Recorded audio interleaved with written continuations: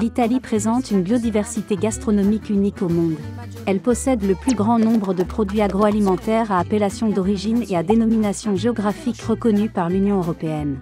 Chacun de ces produits est le fruit d'une histoire culturelle, de multiples traditions, de la transmission d'un savoir-faire, d'un lien avec les territoires qu'il faut connaître et reconnaître. Les mets et les produits italiens sont très appréciés à travers le monde et sont souvent imités. Par le biais d'images, de couleurs, de références géographiques qui évoquent la péninsule.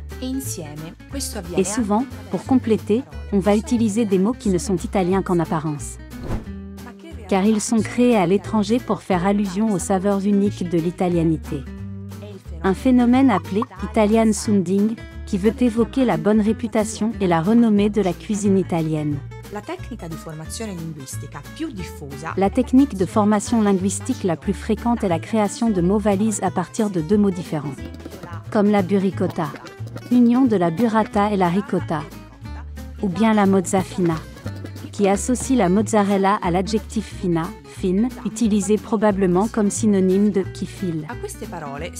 Un terme curieux qui a récemment fait son apparition est le pascoatone, un mélange entre la colombe de Pâques et le panettone, que l'on peut trouver dans les rayons des supermarchés brésiliens et ailleurs, qui révolutionne le calendrier des fêtes en réunissant Pâques et Noël en un seul dessert, et en un seul mot.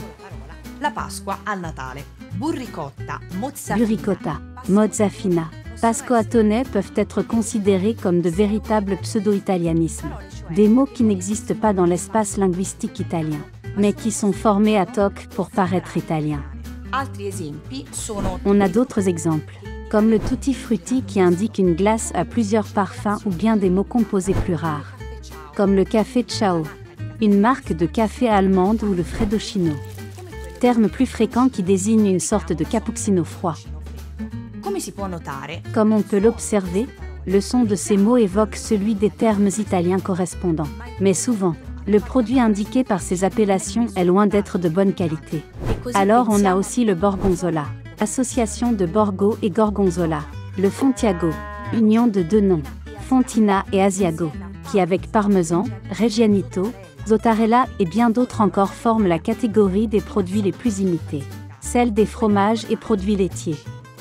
À suivre, on trouve les vins comme le port sec et le bordolino, les sauces comme la très amusante pasta asciutta et la charcuterie comme la mortadella, souvent indiquées par des locutions qui misent sur une imprécision terminologique comme mortadella type Bologna. Tous ces noms surfent sur la vague du succès du Made in Italy gastronomique. Parmi les produits les plus imités figure aussi l'olio Evo.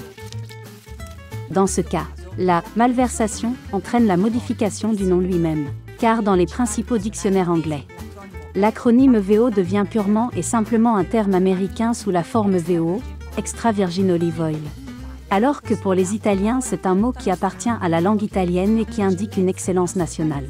Le terme est d'ailleurs documenté en italien avant toute autre langue. Ce dernier exemple met en évidence combien le fait de connaître et reconstruire scientifiquement l'histoire des termes gastronomiques italiens constitue une stratégie très efficace pour lutter contre les falsifications de denrées alimentaires et linguistiques. Une stratégie visant à reprendre possession de ces mots, significations et saveurs uniques qui composent la merveilleuse gastronomie italienne.